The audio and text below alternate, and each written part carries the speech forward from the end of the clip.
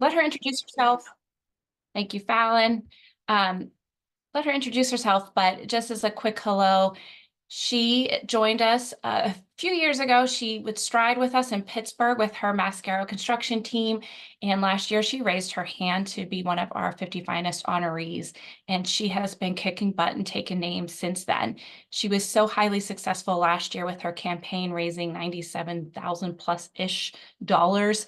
And so I asked her to share some of her tips and tricks. My key takeaway for you all is maybe you can raise $97,000 also, but also just to take back, if I don't want that to be intimidating, just take pieces from what she's going to teach you today. Again, you're here to make a positive impact, so maybe bite size is what you want, or maybe you're going to challenge her and raise $125,000. Who knows? She's going to present for about 30-ish minutes. We will have time for question and answers. She's going to be a little interactive. Put your questions in the Q&A section. I'm going to monitor and then I can ask if you're afraid you're going to forget your question, but you also can come off mute when the time comes and ask your question and say hello. We love to see your faces. If there's something pressing, I will interrupt Jamie politely as possible. But if not, I'm going to let her get started. And again, thanks everybody for being here. Jamie, on to you. Thanks so much, Jean. Hi, everybody. Thank you so much for joining tonight. I'm Jamie Gildersleeve. I'm airing live from the Grove City, Pennsylvania YMCA because as a busy mom of two, I'm always finding the balance and interweaving all the things I need to get done in a day. So little ones of practice. So hopefully most of the classes have let go. You won't hear any people coming past this conference from where I'm sitting. But so Director of Human Resources for Mascaro Construction, and I was a 2023 50 Finest honoree. There's so many fantastic things happening in 2024 in support of and for the Cystic Fibrosis Foundation. And I think it's like a fantastic start to join in here, hear some best practices. Hopefully there's a couple of things you can put in your back pocket to help you reach your goals. I'd love this to be really interactive. So like Jean said, ask questions, give me the signals, say you want to pop in, share your best practices. This is a team. There's no way that I got to raising $97,000 without a team behind me, right? And a team beside me and a team in front of me. So feel free to stop me at any point. So just to review, I put together this little deck just because I felt like you just didn't want to look at my face for 30 minutes. So little cues of what we should be talking about. I want to talk about the why, the goal, the plan, and then some final tips. So those are kind of the areas that we'll be going through. So let's jump right in. So first and foremost, identifying the why. As an HR director, I often find myself talking about the why. Why are you taking this class? Why are you completing this paperwork? What's the value behind why we're asking you to do a certain task? And I think that's no different when you're fundraising. And maybe some of you here tonight know exactly what your why is. And if you do, I'd love to hear it. Throw it in the chat. I'm fundraising in support of this, or I can't wait for great strides, or I'm an honoree. Like, tell me your why or your what, right? And then why do you feel the conviction to fundraise for CF? Maybe some of you aren't sure yet what your why is. I think that's okay. Maybe by the end of this, you'll know. Maybe some of you have been roped into it. You've been nominated. You find fun in running grueling marathons, or you're a cycle beast, right? There's lots of opportunities with the foundation. It's one of my favorite things about the foundation is all the avenues that you can take to participate. Maybe you know somebody with CF, or maybe unfortunately you've lost somebody due to CF. So a lot of reasons of why you're thinking about fundraising for the foundation. And one thing when I was prepping for tonight, one of my aha moments from last year was identifying, or, as I went through my journey, kind of hearing the whys from other people, some that absolutely inspire you. So I think it's as you start your fundraising journey, if you haven't already, something to prepare yourself for is you're going to hear these whys from other people, why they're fundraising for CF as well, why they're donating to you. It was really unique. I think, what's the stat? Like 40,000 people in the US have CF, and maybe 100, 110,000 internationally, right? But the world's really small. And even in my small little nucleus of Pittsburgh, Pennsylvania to Grove City, through my fundraising efforts, I met so many people that have been touched by the disease or affected by the disease or know somebody by it. So they shared their whys with me, and that kind of really brought me like, okay, next. It was like a snowball. Like I just kept adding snow to this ball. And then before we knew it, oh my gosh, we just raised 97,000, we collectively, right? And personally, I think it's also important to write down your why, if you wrote it in the chat, or think about it, because life's busy, right? Obstacles will get thrown in your way. Maybe running that marathon's super easy for you, but it's the fundraising that's the obstacle, or like, how do I do that? How to ask people for money? But knowing your why, that's your joy, that's your fuel, that's your motivation, to kind of get you past those obstacles, to get over the nervousness that you might feel, just like I did a year ago, of asking a lot of people for a donation in many forms. And my why specifically, if it's okay to share, working for Mascaro, we have a superintendent whose daughter has CF. And when I joined Mascaro 5 years ago, you meet this little bubbly girl, the smile that just shines, and you want to do whatever you can, right? And so, partnering with the Martin family to fundraise for CF with the Mascaro family, that was the start of my why. But as I shared with my friends and my family, hey, I'm a 50 Finest honoree and I'm fundraising, and I'm asking them, one of my friends that I had met like in our early 30s, we were friends and we were kayaking, and she reminded me that her brother, she had died from CF. So we were kayaking and she had like a tattoo on her shoulder. And I remember asking her like, oh, who's your tattoo and memorial of? And she said, my brother, he was 22 when he died from CF. So when I started sharing with friends and family, hey, like I'm fundraising all these funds, here's my goal, she texted me separately and she said, Jamie, I just want to thank you. What you're doing matters. And I hope, this is where I always get teary, but I hope that there's a sister, like what you're doing here and what others like you're doing will make sure that there's not another sister who has to bury her brother at 22, another mother who buries her son, right? So that hit home. And when she texted me that, I think that was early April last year, I was like, I'm in, game on, sign me up. I'm going to run wild for 6 months, right? So the why. Let's talked about our why. Hope we got some whys in the chat. We'll review that one at the end, because I'm techie, but I'm not so techie to do all the screens here. But secondly is the goal.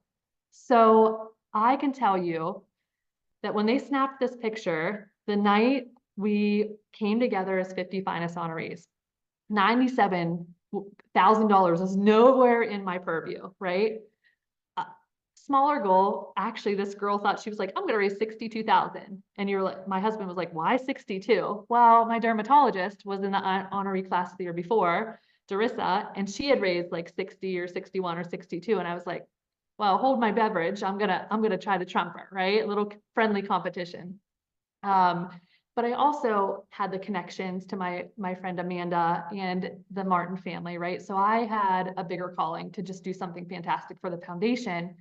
But with the Mascaro construction family, I also knew that 3 years ago in 2020, we did a cyber event where we grouped together. We called it Shamrock Shenanigans, perfect, right around St. Patrick's Day. But we competed with each other. I think the prize was like a Yeti and some whiskey, right? Very Irish of us, to fundraise the most. So I knew with my little group of 4, we raised about 26,000, but 14,000 of that was just for my outreach. So I'm like, all right, Darissa, you did 61, 62 minus 14. I'm like, okay, I'm really only looking at 50 grand, and I can do this over 6 months, not over the 4 short weeks that I did the 14 grand. So I set my eyes to the top, like the top, this is where we're going, hoping I could get there.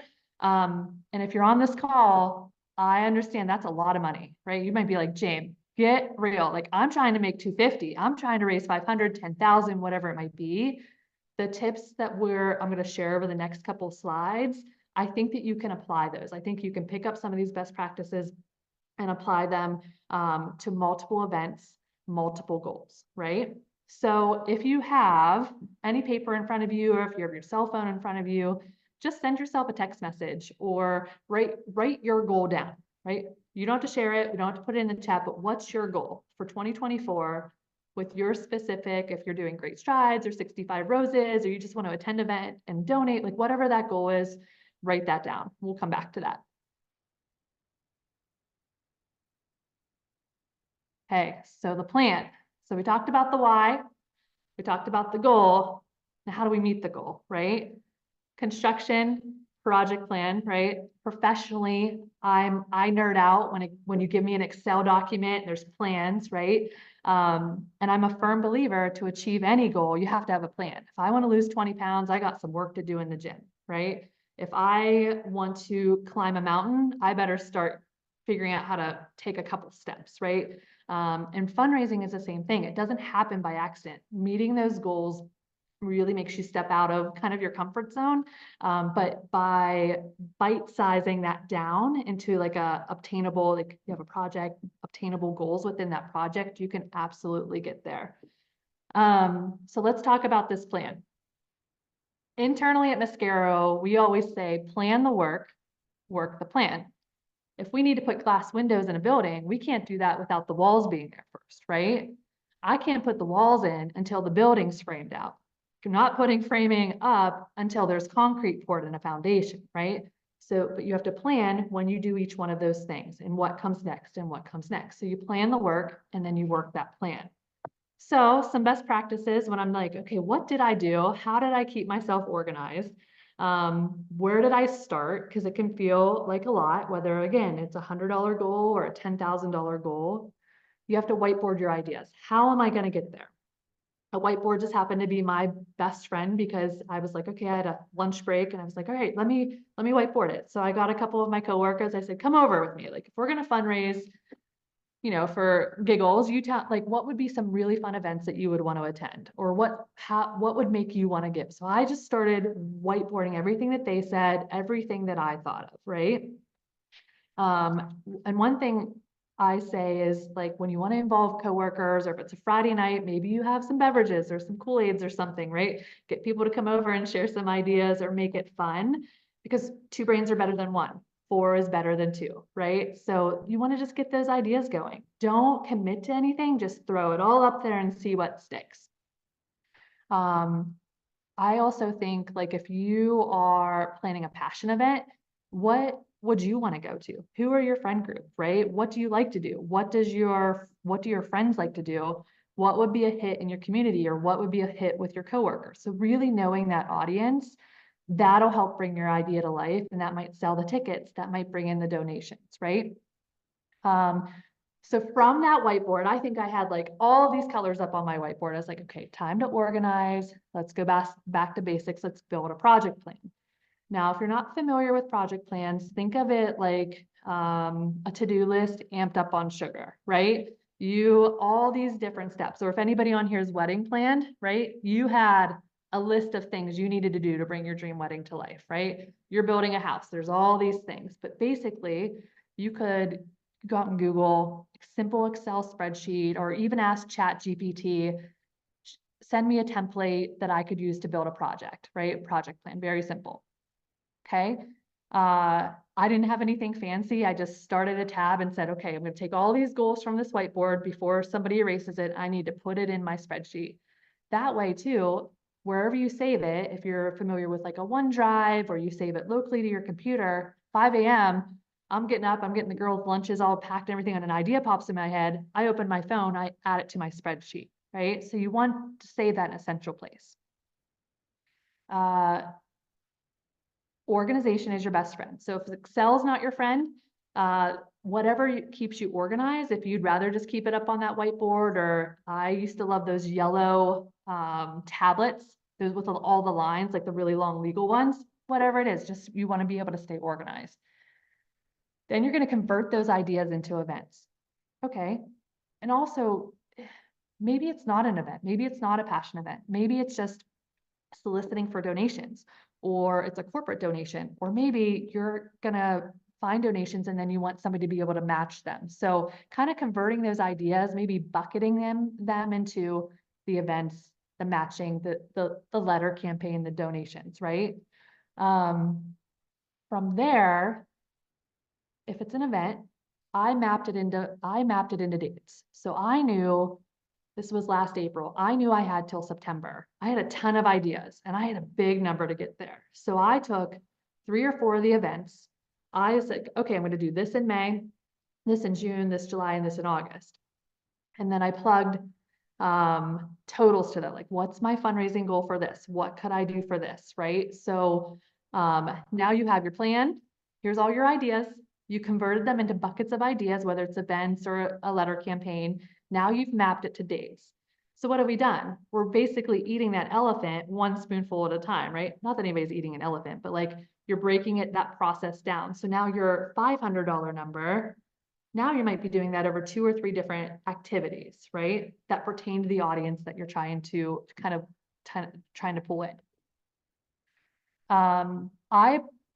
If we are using Excel, if you have any Excel gurus out there, or even if you're there we go. I know there's always a few. There's always a few Excel nerds out there, just like me. I created subtabs. You're going to see a screenshot on one of the next slides, but I had my list. I had what my goal was, what I realized with the dollar value, and then I had like little mini project plans for each one. So I wanted to host cornhole, and I wanted to do a yoga workshop, and I wanted to host a Zumbathon. So I was able to compartmentalize my brain. Here's what this event is. Here's the date. Here's my goal. Here's all the things I need to do for that specific passion event, right? Also, in terms of the subtabs, I also made a subtab for a letter campaign. Now, I sat on a board and we were really successful probably 5 or 6 years ago. We just did a letter campaign. It was for rescue housing, and they basically needed a new porch. So instead of doing another event, people were tired of going to galas at that point or coming together. It was like middle of winter. We did a letter campaign. So we was like, here's our why. Here's what our goal is. Here's what we're doing, right? So for my campaign for CF, similar topic. I went through and literally listed anybody I thought that I could write a letter to or write an email to, right? So that we're going to get into a little bit more of that letter campaign in a little bit, but that sub tab, I was able to track. Here's who I asked. Here's who pledged the dollars, and here's what I received, right? And then also if they were eligible for matching. So pro tip, we'll talk about this right before at the end, final tips and tricks, but the matching is what really took my campaign over the threshold, because I was able to find companies or donors, like if you worked for Highmark or you worked for UPMC or PNC, their companies might match 1 times the amount, 2 times the amount, 3 times I think Johnson & Johnson's like 3 times the amount. So like, I was like, which one of my friends works for Johnson & Johnson, right? Can you donate $50 to me, right? So I was able to track who I've solicited, because you definitely don't want to double dip there, right? And last but not least, the who. So what, like I said, that $97,000 number or the 14,000 that I raised a few years ago, it's we, right? I'm reaching out to people, especially last year for the passion events. There's no way I did Zumba, cornhole, yoga, a banger of a rock show, right? All of those things. There's people that believed in what I was doing, why I was campaigning. I had a yoga instructor donate her time. I had a cornhole group say, hey, we'll throw this for you. That'd be so fantastic. So who's helping you? Even if it's your best friends or your coworkers want to go with you, or your spouse. My husband, best believe, spent quite a couple like tanks of gas running around for me and getting supplies and running letters here and all of that. So identify the who, and then the hows start to really come together, right? Just gave you guys a lot of information around like planning the work and working the plan. Any questions? I have a question. Yeah. So my immediate thought, when I was approached about this, was the corporate matching would be a big deal. Yeah. How did you figure out which corporations did a good matching program?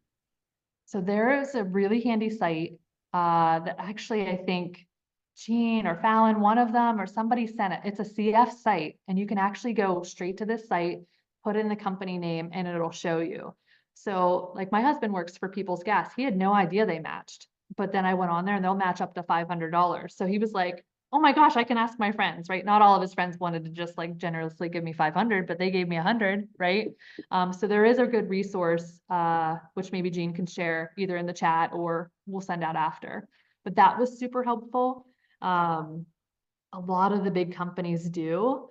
And something I actually have in my notes to talk about later, like one of the last cards I played in my pocket is with Mascaro. I knew that our owner was gonna do a table and be an event sponsor for the 50 Finest.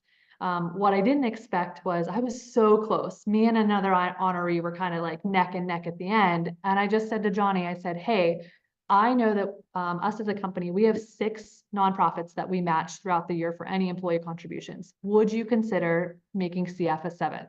Because I had $9,000 donated from employees over those 6 months. And what you know, he said yes. So don't count out your bosses, your owners, or your spouse's companies. A simple ask. And you know, I was genuine. If he said no, okay, no problem. But I was like, would you consider? And he did. So I had another question. Am I still mute? I'm not muted. nope. The letter campaign that you went on, was it a generic email, like a generic letter, or did you like write letters to specific people that you knew were wealthy or something? Like, how did you, was it a mixture or was it just like, It was definitely a mixture. So a couple venues that I hit is one, I did ask, so construction's very generous. There are a lot of mom, pa type construction companies and vendors and suppliers. Mascara is well known in the Pittsburgh area. So I did use that connection to my favor where I just said to my boss, would you be okay if I solicit some of our vendors or our subs that I see at industry events? He said, absolutely. He said, actually, why don't you have my assistant send the email? So she crafted this beautiful email, which was like, hey, our director of HR, my friend, she made it personal. She knew them, is fundraising. Here's what she's fundraising for. Gave them some little info about CF and making a difference. And then she said, here's the ways that you could sponsor her, whether it was monetary or an event, donation, or something like that, right? Otherwise, if it was me, same kind of thing, right? The honoree class, we all got a ton of resources and there was lots of templates out there. So I basically repurposed that and put my own spin on it. Jamie, I'm going to interrupt for 1 second Yeah. to add on to this question. One, her tip on having an email with some language that's that works well with your community, with your outreach is awesome. CF staff here, we can always assist with great verbiage regarding the foundation, CF facts, and we have lots of templated letters that we hand out and you can tweak. So always go to your friendly staff for help. Yeah, and the letters, they're so well written and they even had like coloring in it and it made it pop. When you think of sending an email to somebody, what's going to grab their eye or their attention or make them read? They're short and succinct enough, but it gives them enough information. And a lot of companies are interested in that tax deduction or that write-off. So like there was like a link to that. So I mean, those resources, those templates they helped immensely.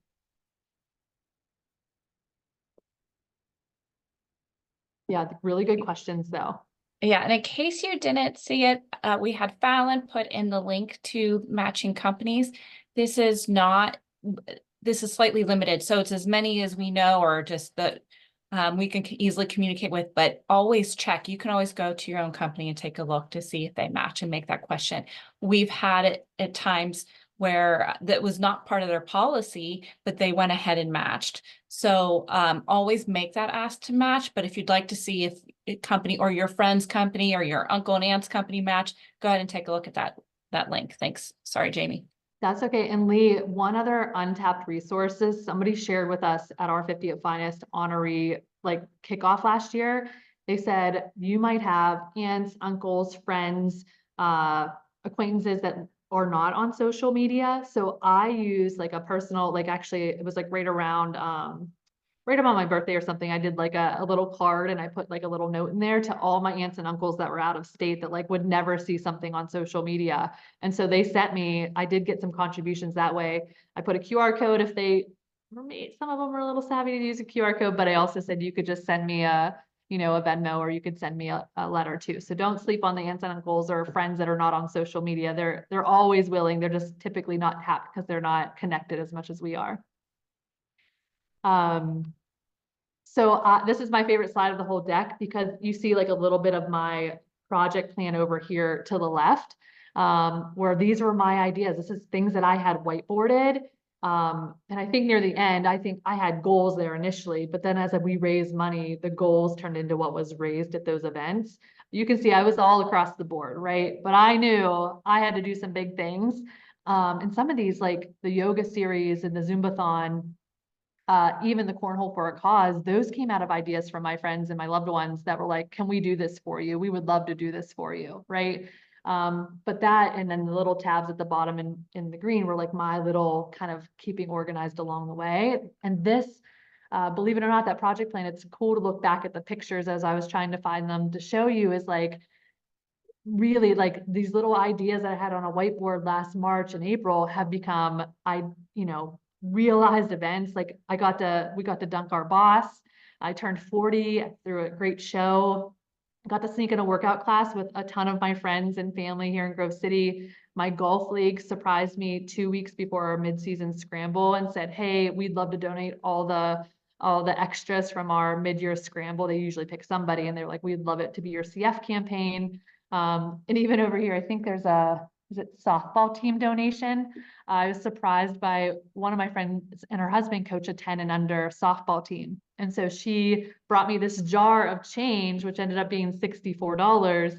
And she said over 6 weeks of the softball season last spring, she told her players, if you guys fill this with spare change that you find around the house or your parents want to give you, or you do some tasks and you get some change, you can hire coaches. So it's interesting as your momentum starts going and people catch word of what you're doing, just how giving and friendly and generous people really are with their time and their money. So really, really fun. Okay, so pro tips, strategy. Let's get into a couple strategy. I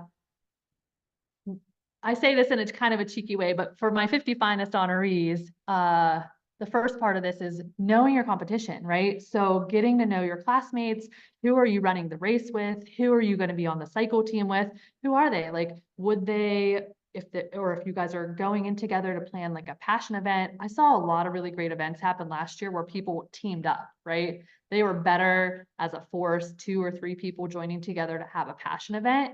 And they were able to split the profits that way for their fundraising goal. So I thought that was super cool.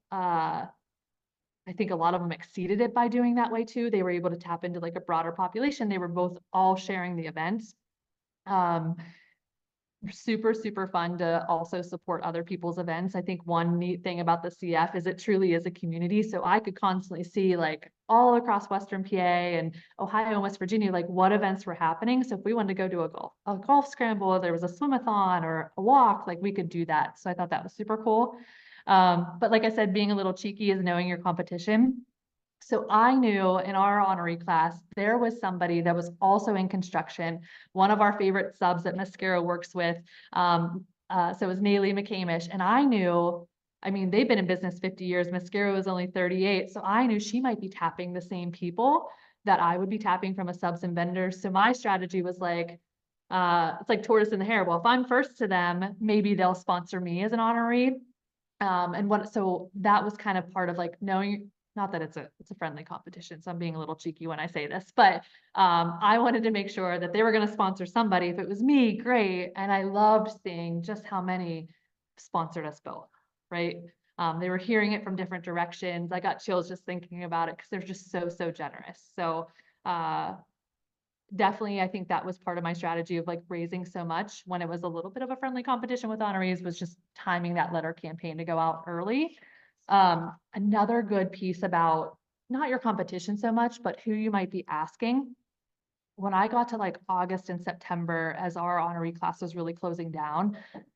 So Grove City is a small community. These businesses are so generous, but they get tapped for everything. I sit on a PTO board. We were tapping them for things, all the different sports teams. I mean, they're getting hit left and right. And so when it got to August or September, a lot of them had said, we've already exceeded our giving bucket for the year, or we already have the remainder of the dollars planned. So if your event or your fundraising goal isn't till later, don't be like shy to get it out now and put that out there. Something else too is those corporate donations, they do take a little bit of time. So it's a really great surprise when 2 weeks later, you haven't gotten a reply, and then all of a sudden they're like, sure, James, I'll sponsor you. Or you get a check that just like shows up on your desk, right? Or shows up in your mailbox. Those are really great days, but sometimes they might take 2 weeks, it might take 2 months. So just kind of setting some expectations for yourself. And then I think, trying to think what else with like, those are two of my biggest tips. Those are kind of my lessons learned from like big corporate fundraising. Also in terms of, we talked a little bit about it earlier, but like knowing your audience is, I work in Pittsburgh, I'm from Butler, but I live in Grove City. So I identified when I wrote that project plan, companies within each one of those communities that I could tap into from a corporate donation. There were others that I asked them to donate goods or services, right? Some I just asked, hey, will you share this on your social media? And I was careful not to overlap, right? If I'm asking for their time or their energy or a service or a good, I wasn't also asking for a corporate donation. And they love shout outs. So give lots of recognition, because then they're sharing it. I think one of my coworkers shared it, and then her cousin who's on the radio shared it. So that got it out to a lot of people. So doing some of those, taking a few minutes to thank them publicly. They're not asking for that, but a tag on LinkedIn goes a long way. Any of the social media platforms, I think that was, we got a couple thank yous, and hopefully that sets them up that if somebody else in the future comes to campaign their way from CF, that they'll be like, absolutely, I'm game on. Couple closing thoughts. Knowing your audience was like huge for me. Also, I think making it personal. I definitely noticed that when I posted a link on like just a message out there, like I think I was turning 40 last August. So I said, I was so close to 40,000. I think I was like 2 or 3 grand away. So I said, let's make it 40 by the time I'm 40, right? When I did those blanket posts, got a few donations, but where I got the biggest bang for my buck is when I texted or I emailed or I called or I wrote that personal message to them, where it was me reaching out and saying, hey, Shelly, hey, Jim, hey, John, would you want to donate, or would you sponsor me here? That's where I got the biggest bang. So I think, even if I think about all the people that I reached out to, did they have a connection to CF? Not a lot of them, but did they have a connection to me? And did I care so much about what I was doing that now they cared about what I was doing, which turned into donation dollars? Absolutely. So I think that's just a good tip. And then last was have fun. Like I had an absolute blast. The CF team, the foundation team from the chapter made it so much fun. They're uplifting. They've been doing this for years. They're resourceful. They show up at our events. They'll share things. It's just such a community. So have fun with it. And it doesn't have to be burdensome. You're doing great things, going back to that why, right? I still am like in disbelief that I even raised sometimes like 20 grand. I'm like, did I even just do that? Did we really do that? But when I think about all the people that were involved, the team that we had at CF, and the people that it's going to impact in the future, it was well worth it. Questions?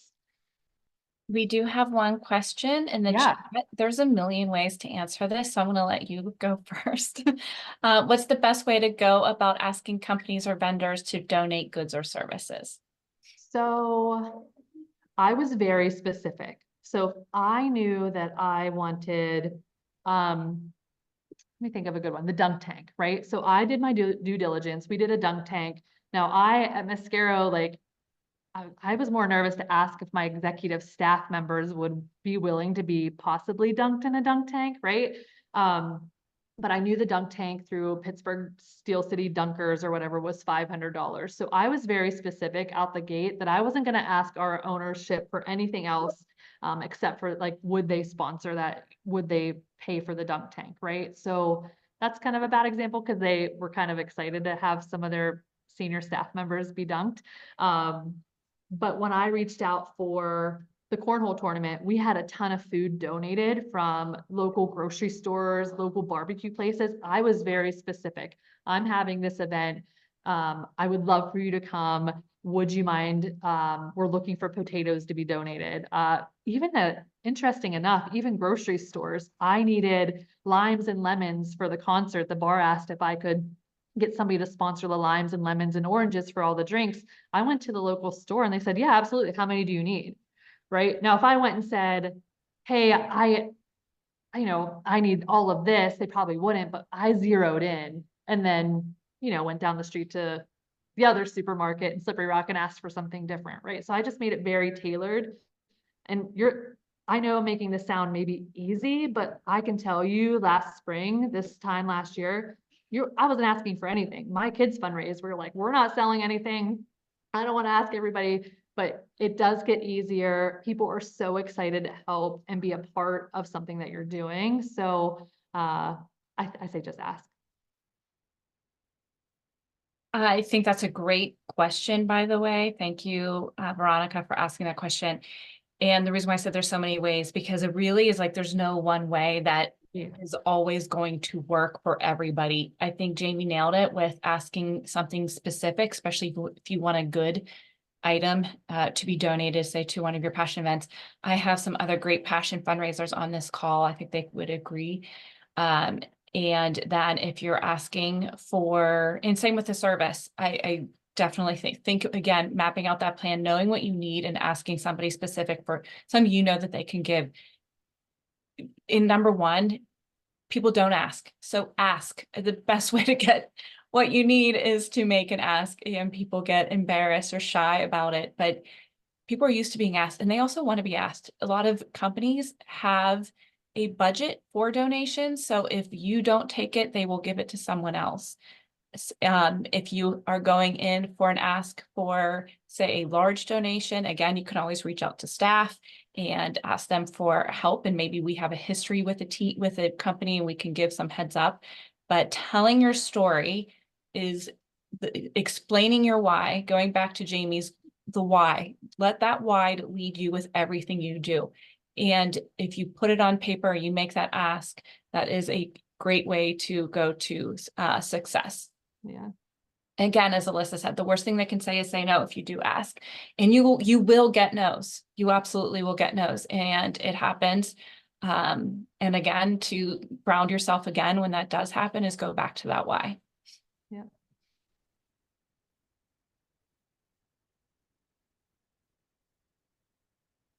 Brian has raised his hand. Go ahead, Brian. Yeah, thanks, Jamie. That was great. Everything you went over there. From the letter campaign, was it, when you wrote the letters, and I know CF, the team there helps a lot with everything. Yeah. Was it targeted to individuals that you knew, or did you send some to just organizations, some of the larger companies here in Pittsburgh, or was it just kind of, I don't want to say junk mail, but kind of just like the mass letter campaign? Yeah, so I came at it from I used everybody in my network. I used everybody in the network that my boss, my mom runs a chiropractic office in Butler. She let me use her network. So even some friends that might not be able to give financially, they're absolutely, do you need me to send the email for you? Do you want me to share that post? With that letter campaign, I can tell you that, so I work on the north side, right along the trail and the river, up the river from, I guess it's down the river, really bad geography. Good fundraiser, bad geography. There's tons of industrial places around us. And I went through and I found out who their CEO was, who their administrative assistant was, did a lot of LinkedIn sleuthing, and I found out emails and I sent it to everybody around us. Now, out of like the 22 companies I sent it to, only 3 sponsored, but that equaled $4,000. So for me, just spending an hour on lunch to sleuth and find out people, and I'm like, hey, it's your neighbor over here at Mascaro Construction right here on Chateau. I'm doing this for CF. And I kind of led into it, like tried to connect with them that way. Right. Others, I asked for introductions. There's some big, firms here from like an accounting perspective, legal perspective here. So I said, hey, I see you're connected with them. Like, would you give me an introduction, or do you think that they would be interested in sponsoring? And that kind of really helped too. So I knew I had that big number, right? So I was like, all right, I have the time. I'm going to actually take a lunch instead of working through it, and I'm going to work for CF. And that's what I did. Another good question. Yeah, really great question. Anyone else? Jean, the last thing I put on here, so I've learned a lot of like social networking, but here's my name and my QR code that'll take you to LinkedIn. Link with me. I'd love to see what you're sharing about CF. Definitely get it out there in your professional networks. I'd love to support you. I'd love to share your campaigns. So there you go, if you want to connect with me outside of this. Jamie, you know that we think you're the best for multiple reasons. So thank you so much for jumping on and sharing your experience. Yeah. Everybody who came on again, you're here to make a positive impact. So just so grateful to all of you. We are here for questions for follow-up. So if however you found out about this Zoom, feel free to reach out to that staff partner. I am Jean Sheeman. I will add it in the chat just in case for anybody who doesn't know me. There are some new faces here so there are some that probably do not know who I am. And again, just thank you all for joining us. Thank you, Jean, for hosting. Fallon too. Yeah. All right. Thanks, guys.